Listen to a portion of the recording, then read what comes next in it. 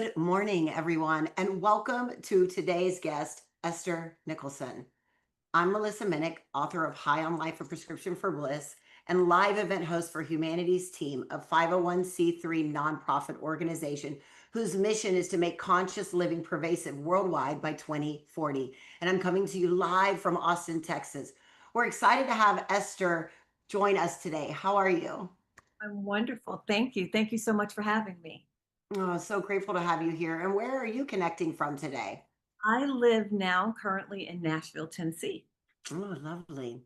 I want to welcome Esther's audience, the Scene Network, those streaming live through their Humanities Team Facebook platform, YouTube channel, and Stream Plus members that are here in the green room with us. Thanks for being members, and some of them are on camera. Welcome, everyone. Because it's a live program, we'll have time for comments and questions. So try to get your question in within the first 30 to 40 minutes of the program. Post it in the chat, and you'll get your question answered. Are you ready to feel the life force that you truly are and reclaim your awesomeness? Our guest, Ester Nicholson, would like to take you on this journey. Esther is the founder and CEO of Soul Recovery, a trauma-informed, spiritually grounded methodology that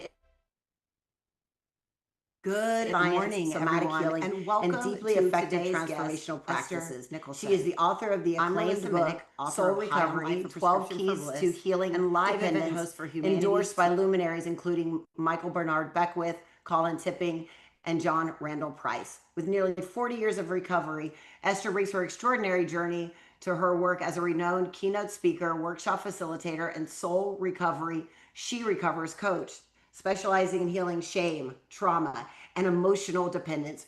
Her teachings have inspired audiences worldwide at major conferences, treatment centers, and spiritual communities. She's also a celebrated vocal artist. Esther has toured internationally with Rod Stewart and Bette Midler and appeared on Oprah, The Tonight Show, The View, Good Morning America, and Ellen. Her extraordinary story of recovery networks Super Soul Sunday in Deep Shift. At the heart of all her work, Esther's intention is simple and profound: to remind us that we're not here merely to recover from trauma, shame, or addiction in all of its forms, but to recover and rediscover our essential nature of wholeness. Welcome, Esther. You've lived such a profound journey from addiction and trauma to soul-based leadership.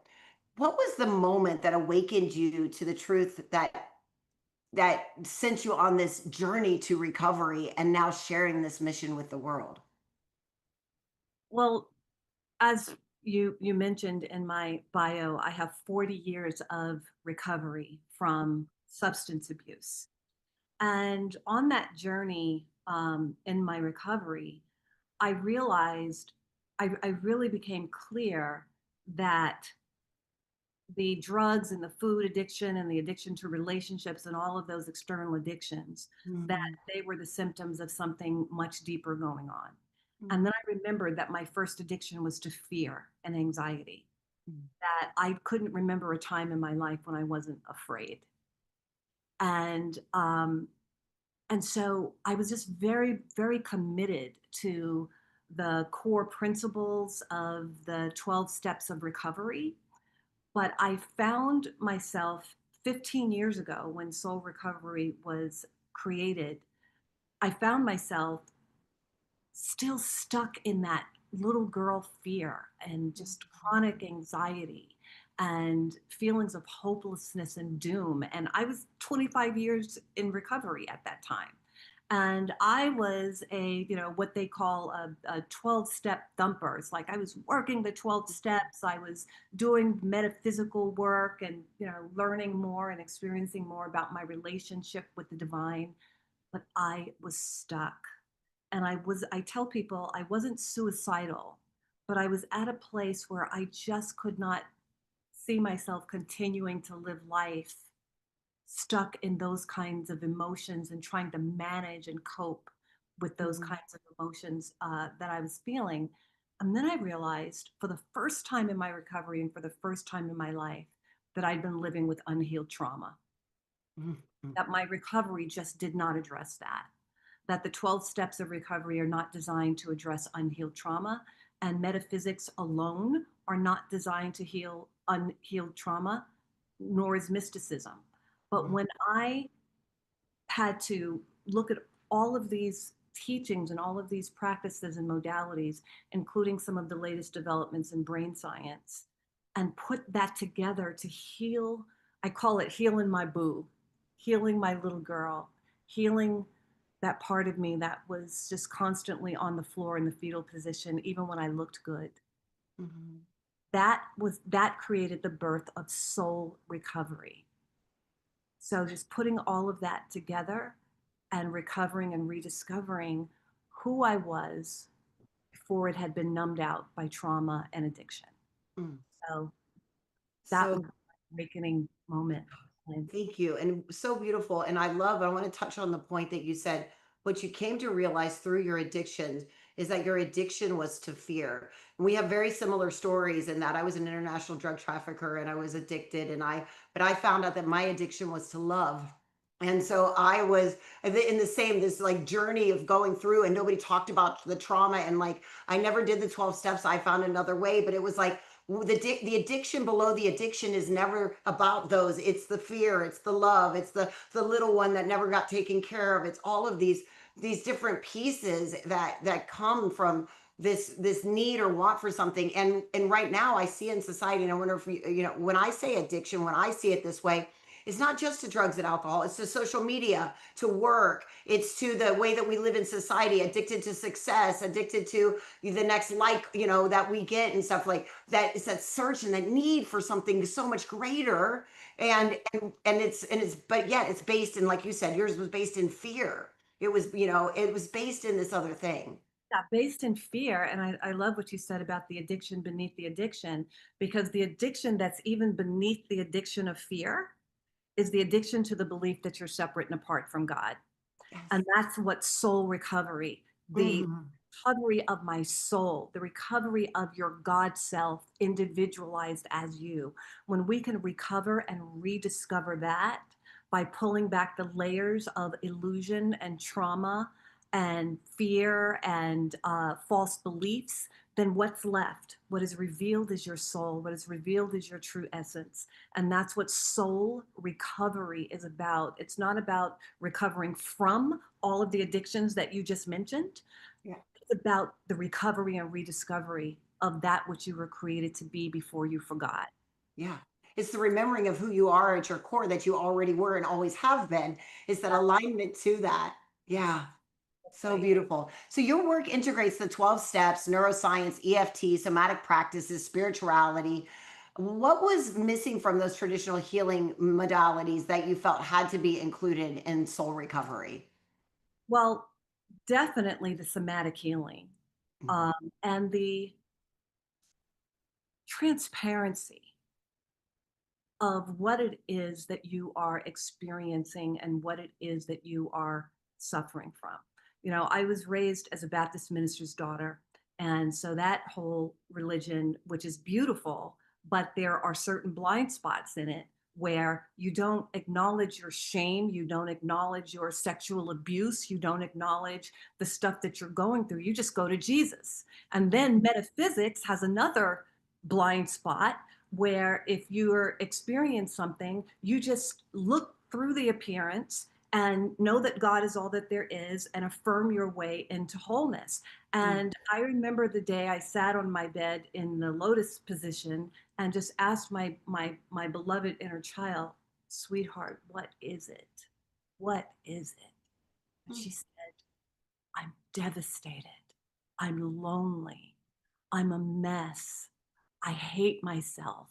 And it was like, whoa, in the spiritual teachings that I grew up in, and even in the 12 steps, it's about not being selfish. It's about being of service to others. And while all of that is ultimately true, I found out that if you don't deal with your stuff is going to deal with you.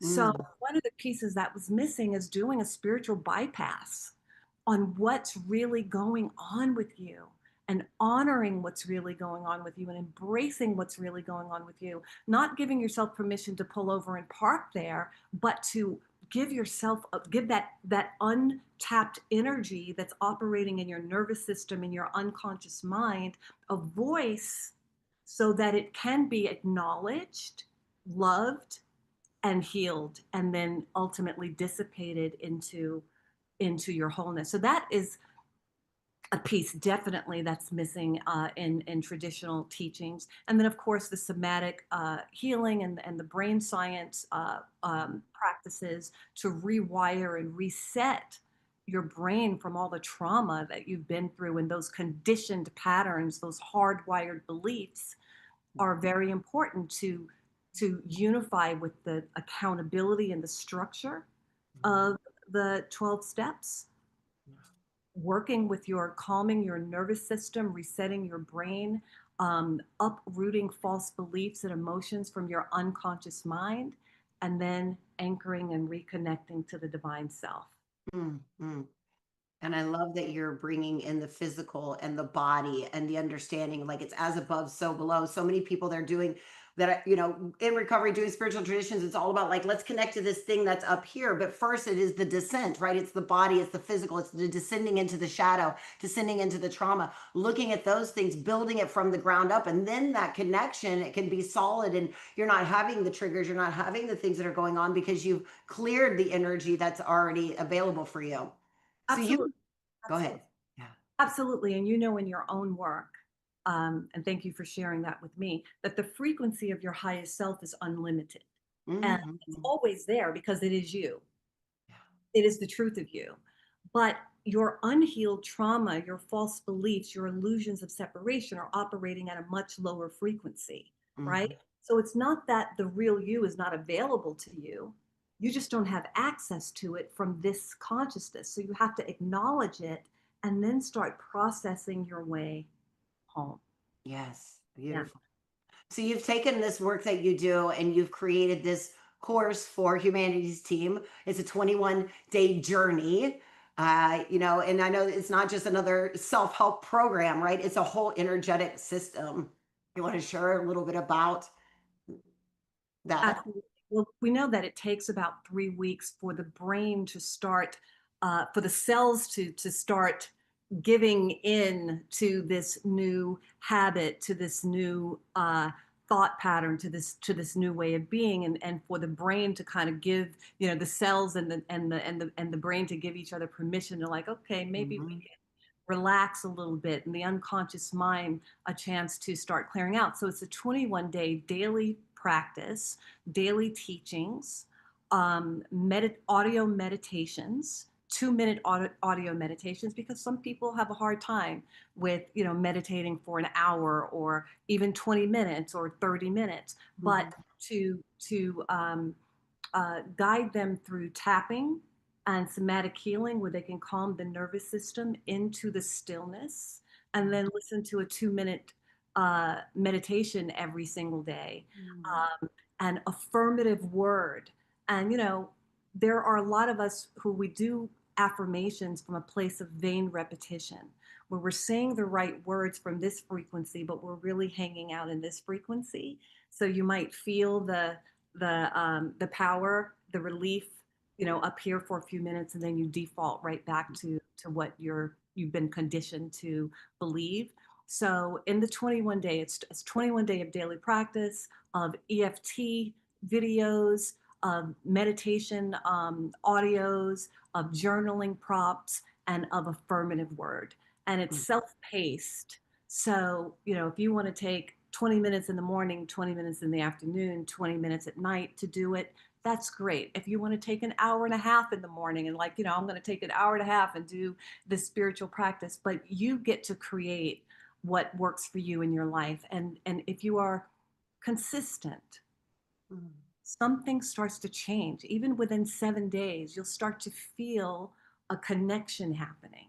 You'll start to feel lighter. You start to feel less hopeless and more possibility.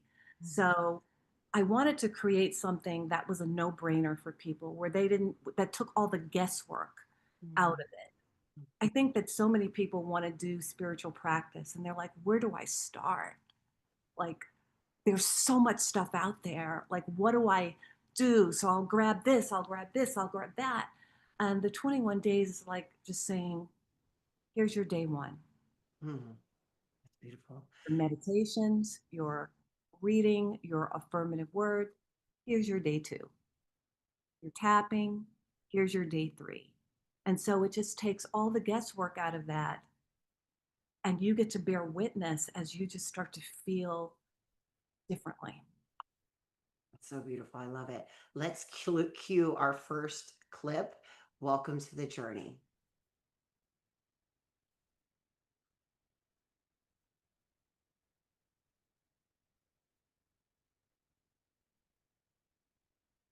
Baby.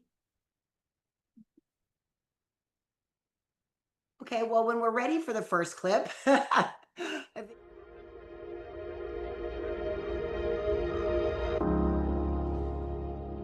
Your soul, which is your authentic self, has often been blocked and obscured by false beliefs, low vibrational emotions, and unhealed trauma. But just like the sun is always shining behind the clouds, your soul is very much alive and shining bright deep within you. But how do we reconnect to our souls when we're so confused and overwhelmed by reading every self-help book we can get our hands on, attending every workshop, and seeking to apply every healing modality we can find, only to discover that we're still lost, we're still desperate, and we're still disconnected? That's why I felt called to create this simple, step-by-step 21-day program, which removes the guesswork and guides you effortlessly towards the path that is uniquely right for you. Well, how do I know that this program is uniquely right for you, even though we've never met? Well, because every practice, every exercise is designed to speak directly to your individual consciousness.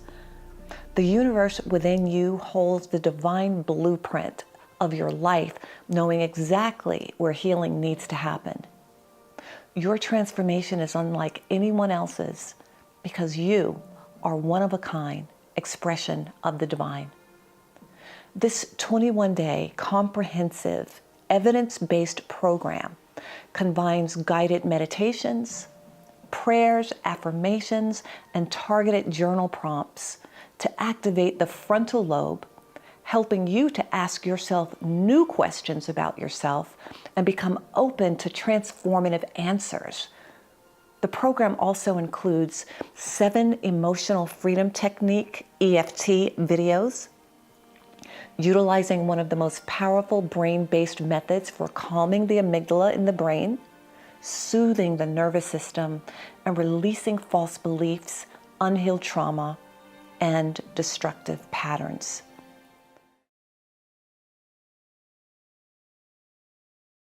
If I would have known we were going to show that one, I would have won a different top. I mean, I think it just shows the beautiful consistency of it all, right? Like, you look great in that color. It's your color. I like that. Yeah, it's your color. Like, go for it. I have a couple, I do this all the time. I have a couple of like tops that I always go to because the color looks good. You're great. So many of our listeners, I'm sure, they've tried all the things. They've done the therapy, the affirmations, the self-book, the self-help books, the recovery.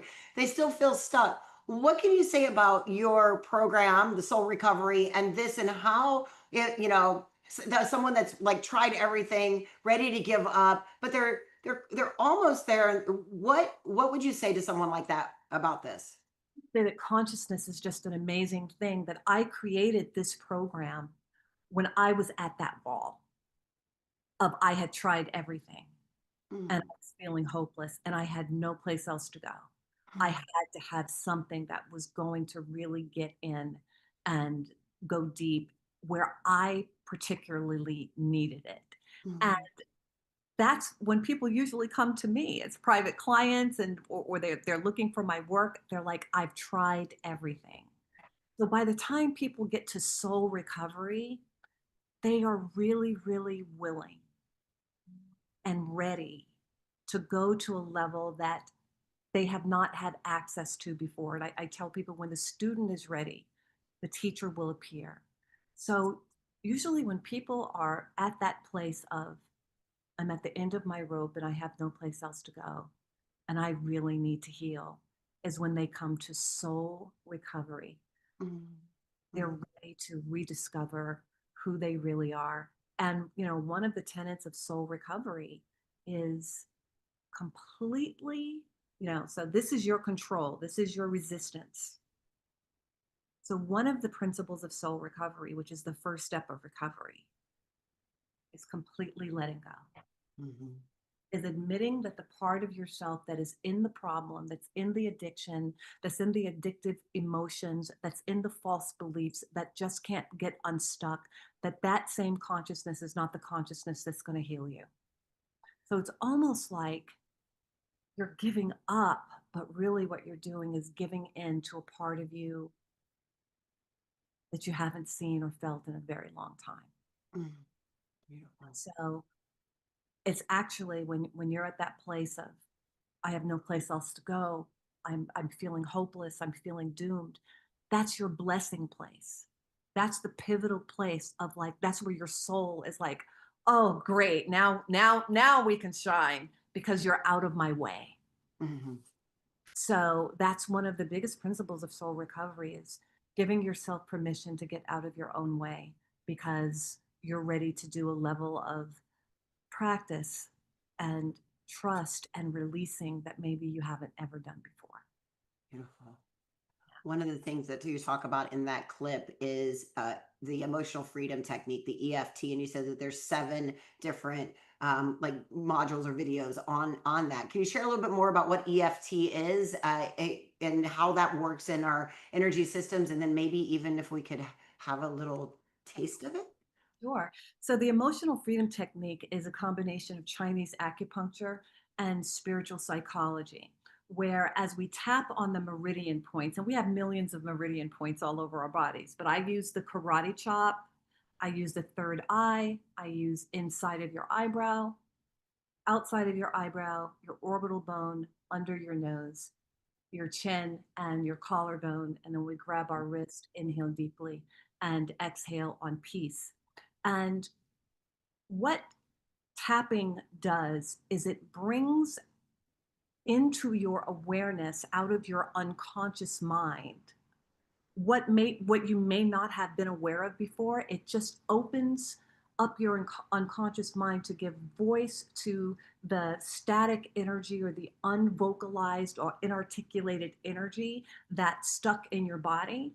And so it taps on releasing beliefs, emotions, and patterns, because that's the law of attraction, right? What you believe, you feel.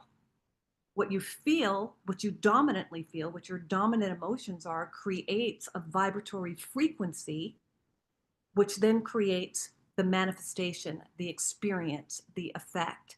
So in tapping, we acknowledge the problem, we acknowledge whatever it is that we're experiencing, and then we tap on the emotions that you may not have even recognized or known that you had, and then we tap on the beliefs that's underneath the emotions, and then we defrag, or we rewire immediately to a happy place, which is disrupting the familiar thought patterns and the familiar conditioning in the brain. And then we come back to the problem, rating ourselves again, and seeing just how far we can get. Can we take ourselves from a 10 to a 0?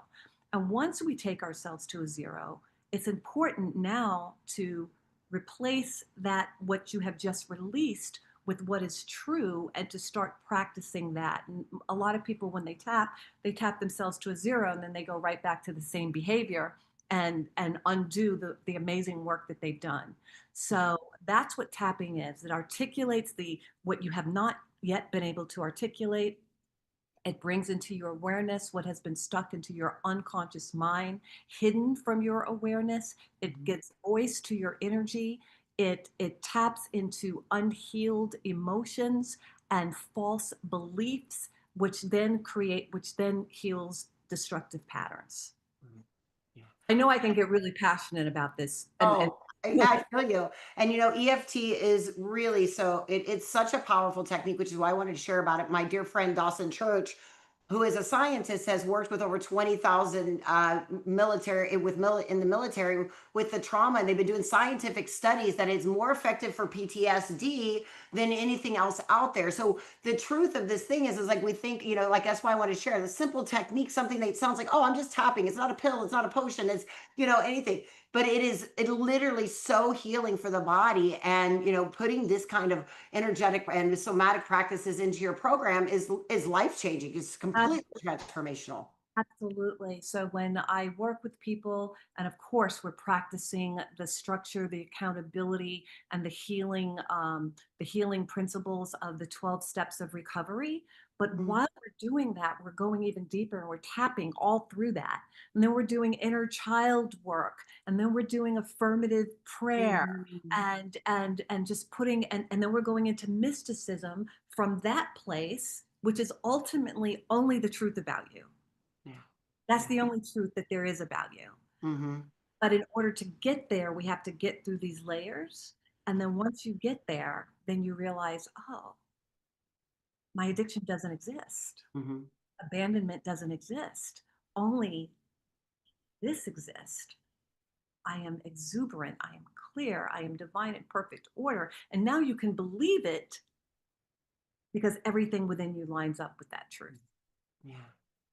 One of the things that we know to be true is that trauma and emotions get stuck in the body, and it creates dis-ease, disease, right? Like and so many people that have had trauma, have unhealed things from their past, then later in life it shows up as a physical experience in the body, because it's been in the field, it's been in the energy systems for so long, and then it becomes solidified so that it shows up in the densest of matter, which is that physical being.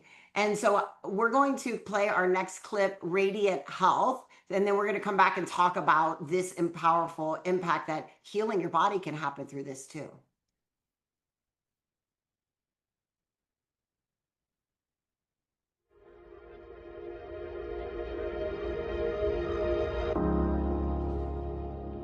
Have you experienced the nocebo effect? It's the opposite of the placebo effect, where no matter what treatments or tests you try, your belief that healing isn't possible keeps you from fully recovering.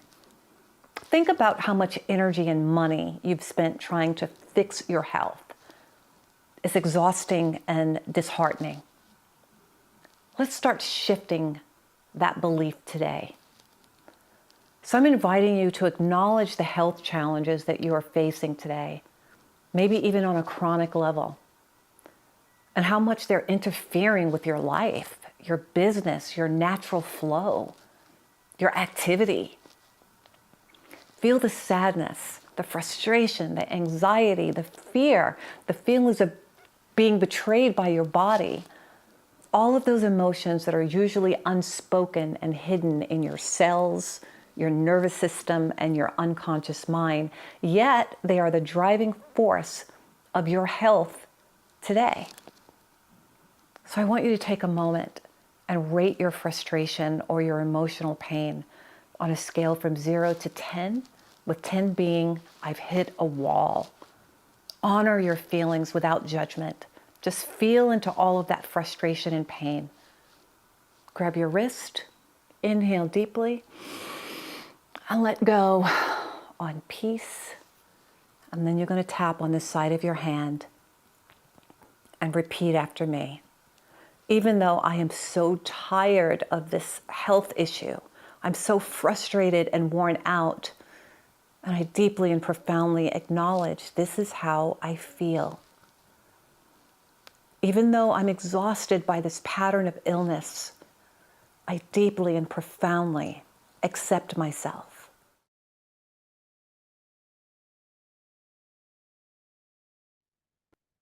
Wow, that's so powerful. I can remember that I used to be on that scale of 1 to 10, a 10.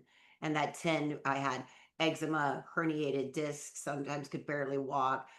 All of these things going on in my physical body. And then when I discovered what it was connected to, like I'm now at zero. And I think that that's the power of what you're showing people here today. And you did that tapping exercise. So let's dive deeper into this, like the body and the trauma and how the physical things show up in our systems and the power of working through this for radiant health. Right. Well, the body keeps the score. It really does. Mhm. And again, sharing that if you don't deal with your stuff is going to eventually deal with you. It's going to show up as chronic illness, as insomnia, as inflammation, as chronic health issues, and you're just spending money after money and on shoe boxes of prescription medication, like my brother was, and at the doctor's office like all the time, several times a week, or at least every week, and you still can't get well.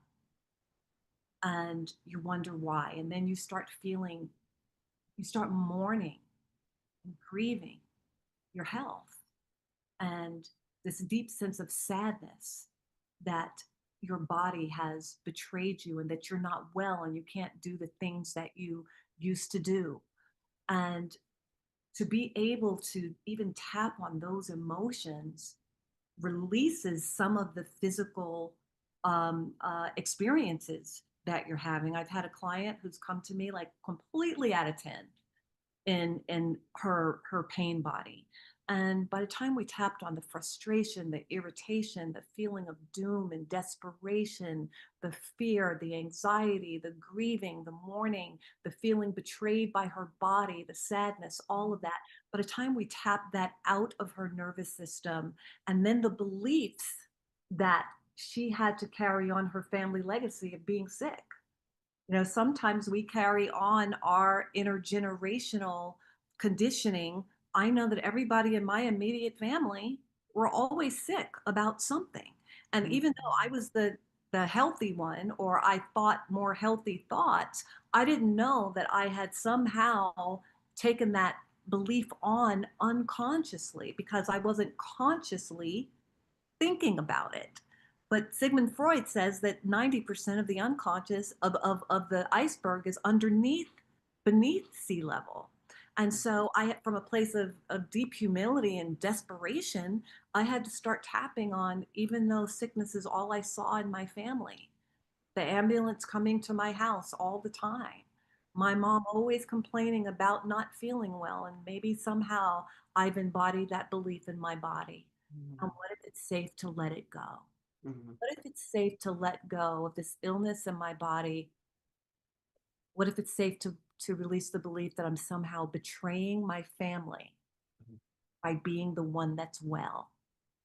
So you would be amazed at the beliefs that we hold on to that's keeping you stuck in illness. And when you start articulating them and tapping them out, acknowledging the emotions and acknowledging the beliefs, and then giving yourself permission, giving your nervous system, giving your cells, giving whatever part of you that's hurting, giving it permission to return and restore to its original imprint of wholeness, you'd be amazed at how your body's just waiting for you to tell it what to do and to give it permission on what to do.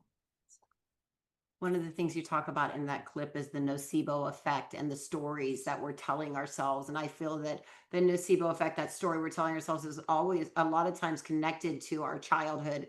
And you were talking about that inner child work. So how does somebody rewrite the story? Is that we have the tapping, but are there other things that when I'm rewriting that story or changing that story about my childhood and then working with that inner child that I can do that will help me to shift that story? Well, one of the ways, like I said, the first step of recovery is first of all admitting that I of myself, the part of me that's in the pain, the part of me that's in the story, is not the consciousness that's going to heal the story. Scripture says you can't pour new wine into old skin. So I Mhm. can't create a new story when I've embodied the old story.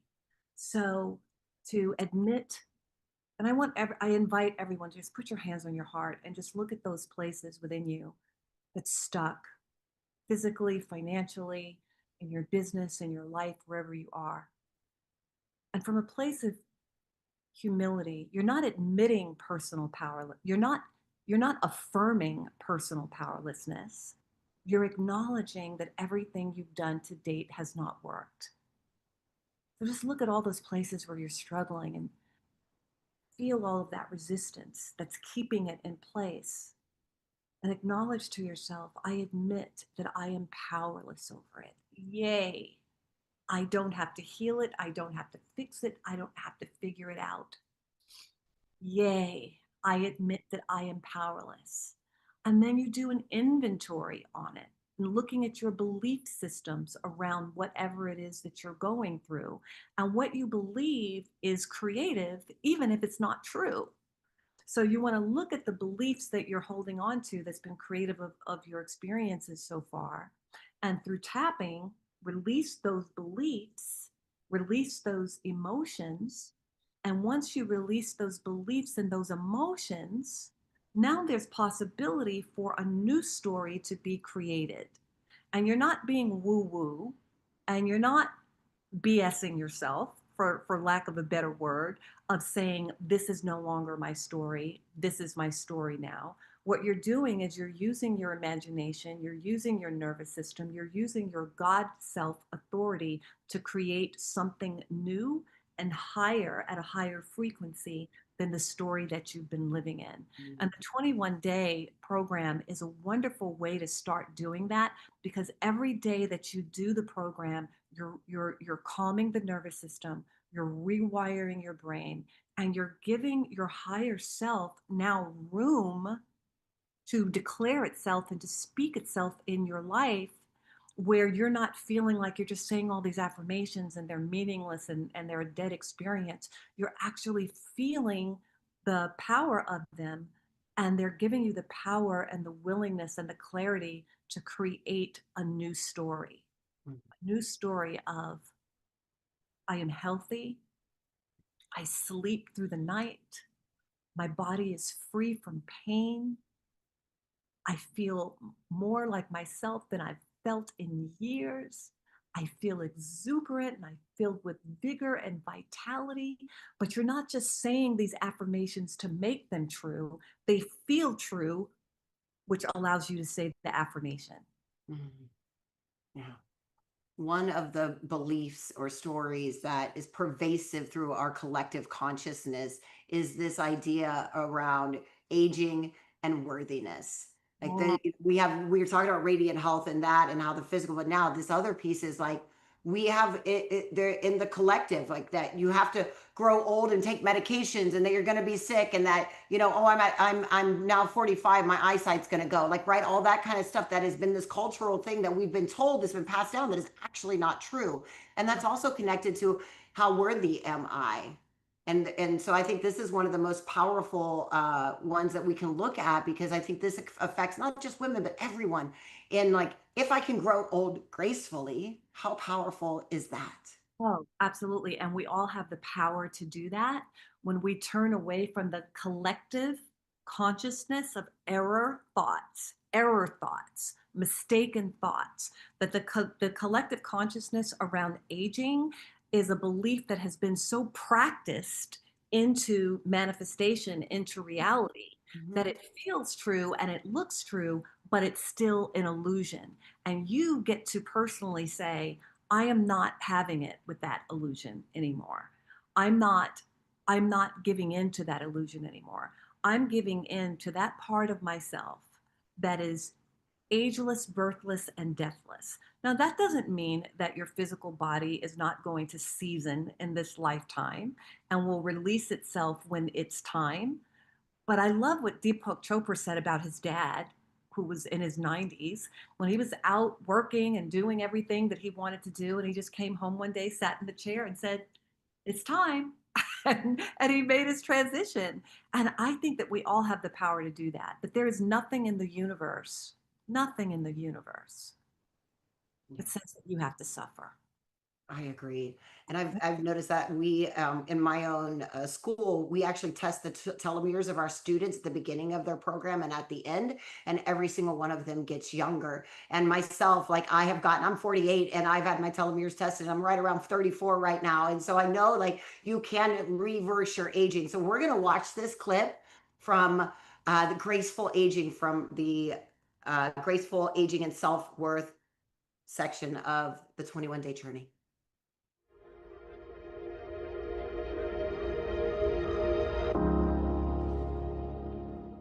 Our beliefs about ourselves create our emotions, and our emotions shape our experiences. If you believe that you're old, unattractive, or not valuable, you'll feel those emotions, and your life will reflect those emotions back to you. But if you believe that you're ageless, vibrant, beautiful, wise, and more than enough, you'll feel empowered, confident, and radiant, and your life will blossom in alignment with that truth. So to assist you in getting there, let's do some EFT and tap on the negative beliefs and emotions that hold you back. Let's clear the fear, the shame, and the resistance so that you can fully embrace seasoning into your most radiant and vibrant season. Find a quiet place where you can have some privacy. And once you've done that, I invite you to take a deep healing breath by grabbing your wrist. Inhale deeply and exhale on the word peace.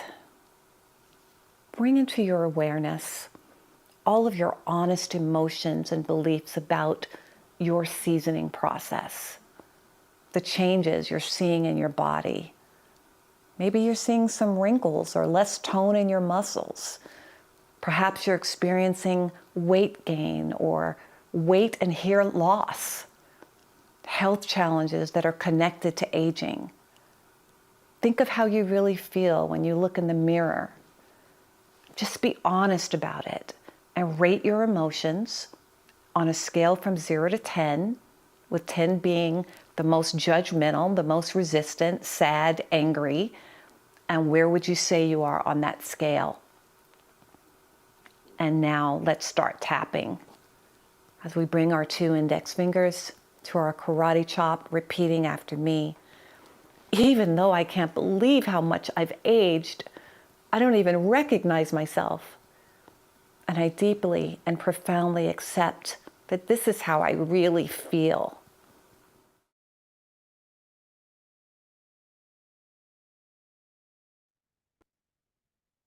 So I believe that the aging is definitely something that women feel more than men. Like men are, it's okay for men to, age more gracefully than women. But is there a specific belief for men that is something that they really stick to? Absolutely. Men go through the same thing, maybe in a different way, maybe not as intensely, but Mm, men feel that same sense of, not every man, but a lot of men, just like not every woman, but a lot of, the collective consciousness is I'm not as viral. I'm not as sexy. I'm not as healthy. I can't do the things I used to do. So therefore I'm valued and valuable. And one of the words that I don't think that I mentioned in that clip was the deep feeling of shame. mm. And it's $1 trillion, the anti-aging industry is $1 trillion industry where people are obsessed with changing their looks or preserving their looks. And I don't have anything against that, but when I see addiction, I recognize it. When I see someone who every time you turn around, they're getting a new procedure done, I have such compassion for it because I've experienced my own pain and shame around aging, that I've had to do some deep healing and deep tapping on. And if someone is actually going under the knife and doing that multiple times, I just take my own pain and multiply it in them like by 100. It's like, wow, that is just such a sad way to feel about yourself. Yeah. That the only way that you can love yourself and feel valuable and sexy and empowered is if I have to spend hundreds of thousands of dollars on surgeries to alter my looks. And it's definitely an addictive pattern, and it comes from a deep core belief of being separate from your God self, of being separate and apart from God, that you're enough. Mhm. Yeah. You know? So one of the other pieces, so we've talked about our health and how we can heal the physical body. We've talked about this aging and self-worth, but there's another piece. You can this even in this soul recovery, work on your financial freedom and your inner security. Like we got all the things going on here. So we're going to play clip number 4 around financial freedom, and then we're going to come back and talk about money, because money is one of the biggest spiritual teachers of our time right now. Yes, Mhm. absolutely. Love to talk about money trauma. Yes, we're going to Very- do it. Yeah. Mhm.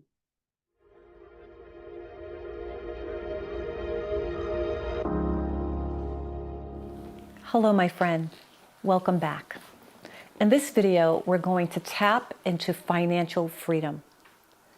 If you're watching this, it's probably because you've struggled with financial patterns like boom or bust cycles, under-earning, undervaluing yourself, or always feeling like you're playing catch-up.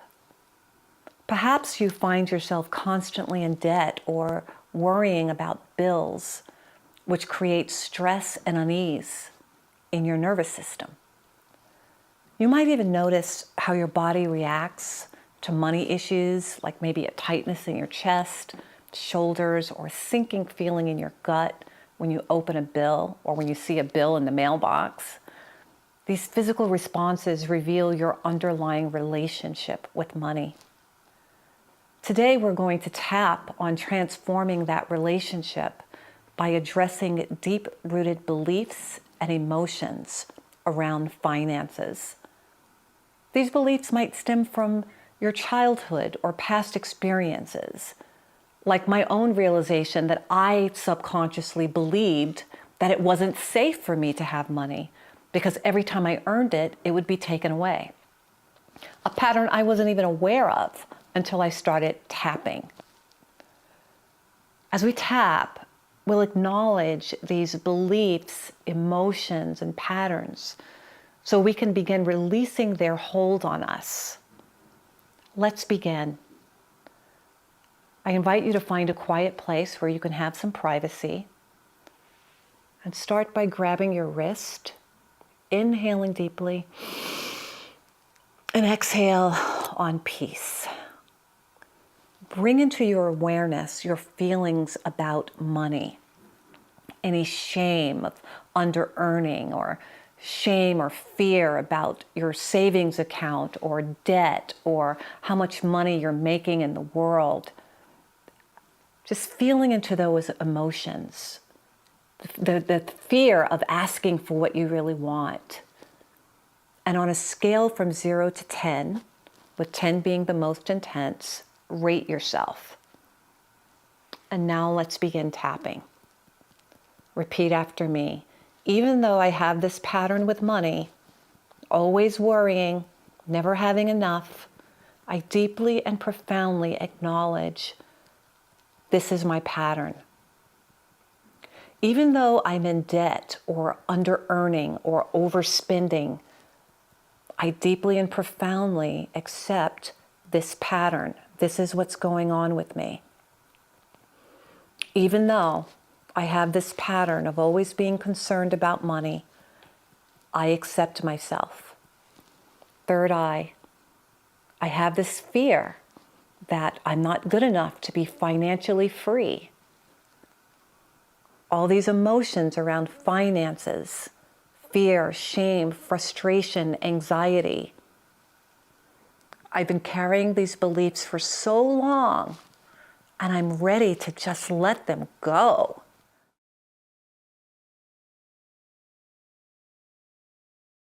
Talk about money trauma. Yeah. Most of us don't even, like, most people, when they think about trauma, they think about other things, like violence or an accident or a robbery or, something like that happened. you don't normally look at this debt that you're in as trauma. You don't normally look at getting fired suddenly from a job or laid off from a job as trauma. You don't um, normally look at a divorce as that affected you financially as trauma. But trauma is where we have become deeply scarred and impacted, where it has shocked our senses into fragmenting our senses and hijacking our nervous system for whatever reason. And when you have money trauma, maybe you've had money trauma in your family when you were a child. I had a lot of money trauma in my family. I didn't know it was trauma. I just thought that it was like normal to like always be uptight and in fear and in desperation and anxiety around money, and that people that had money, that those were those other people. But to really acknowledge, wow, I this debt is traumatizing me. Looking at my income is traumatizing. Getting fired from that job is traumatizing.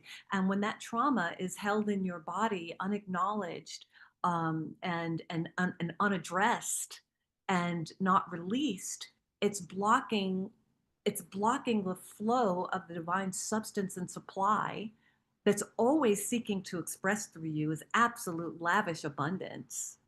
But it's like the knot in the water hose. The water is on, but the water can't get through to water the lawn because there's a knot in the water hose. And so we want to look at, where is my knot in the water hose and my energy hose around money, and then releasing the shame around it, releasing the belief that, oh, I'm selfish for even wanting to look at money. I shouldn't want a lot of money. There are just so many beliefs and so many emotions um, around this topic that, even people with a lot of money have trauma around money because, they're afraid of losing it, or maybe they grew up poor and it's like, oh, I never want to be that way again. So, there's a lot of energy to be released and to be healed there, so that we can come into conscious oneness, Mm. our true nature, our true identity of abundance. It is your birthright, it is your divine inheritance. So, yeah. Mm. Yummy. That's so beautiful. So we have a few minutes left. So if you have a question that you want for Esther, please let us know now. And we have one comment from Facebook says, "Oh my God, such authenticity. You are giving me chills." So that is so fabulous. And so while we're waiting to see if anybody has any questions, let's talk about your acclaimed book, Soul Recovery, The 12 Keys to Healing Dependence. Yeah. So, this book was originally released by Hay House, endorsed by Michael Beckwith and John Randolph Price and Colin Tipping, founder and author of Radical Forgiveness. And so, soul recovery, again, is about that. It's about pulling back the layers and rediscovering your authentic self, rediscovering your authentic self. And so it's the 12 steps reimagined. It's acknowledging and admitting the part of yourself that's in the problem is indeed powerless. So that's step one. But key one of soul recovery says, I am one with the infinite and I am all power. So it's getting your limited power out of the way so that you can tap into your infinite power that has always been the truth of who you are. It has journaling prompts. It has my personal stories in each chapter to show you how this step, how I applied this step in my personal life.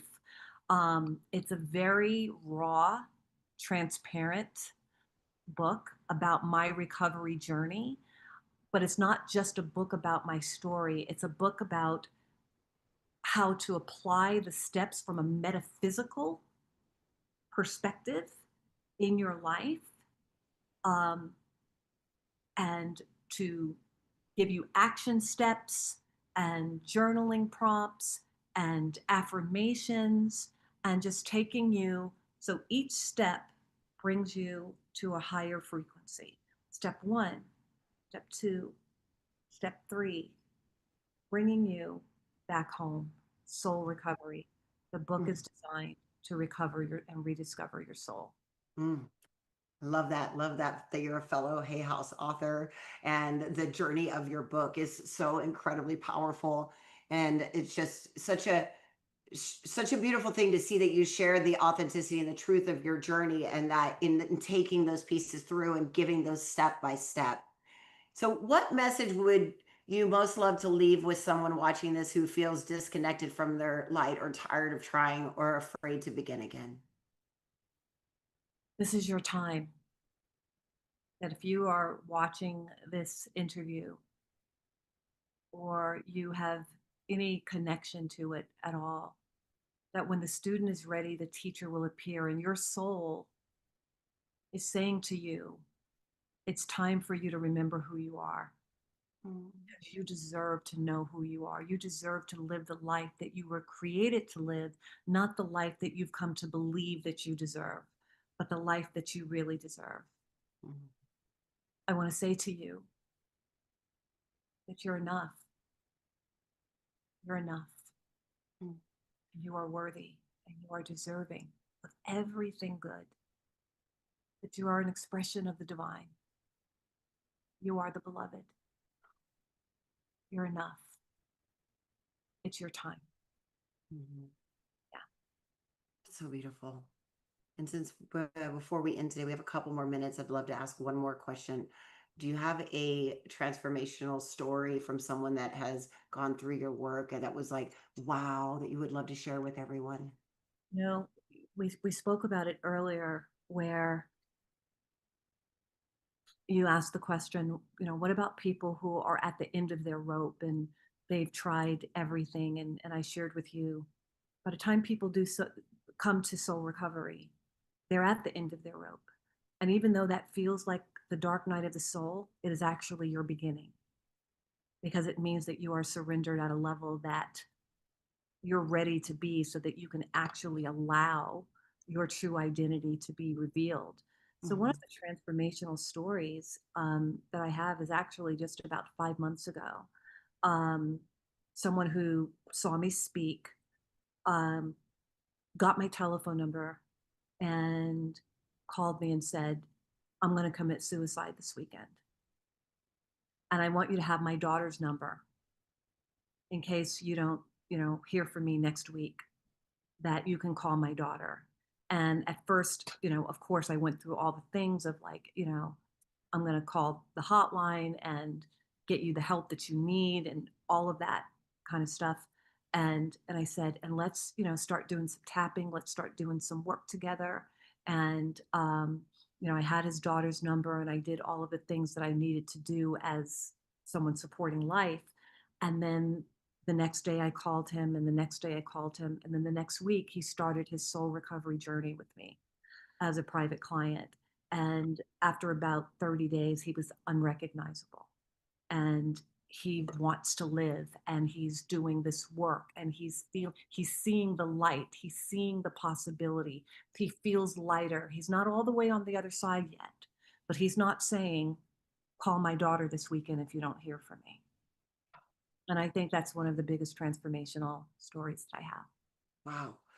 Ah, so powerful. Thank you, Esther. Thank you so much for your wisdom and your journey, and for recovering your soul so you could teach others how to go through soul recovery. Thank you, everyone, for joining us for a course in soul recovery. Esther's 21-day journey is available now on the Stream Plus platform. Join Stream Plus now and gain immediate access to this incredible program. You'll get access to the 21-day course and our other incredible spiritual teachers and programs. We're proud to say that Humanity Stream Plus is the largest global streaming platform for consciousness raising masterclasses and transformational education. We are a nonprofit, and we also give back with our one-for-one program, sharing our content with those who cannot afford the membership. I want to thank Steve Farrell, Dee Meyer, and the production team, Jim Gray, Garth Catterall, Kennedy Mathaler, Karen Weiser, and Annette Kennedy, and the rest of the humanities team, and especially today, thank you, Esther. My pleasure. I love you, everyone. Thank you so much. Thank you. Bye.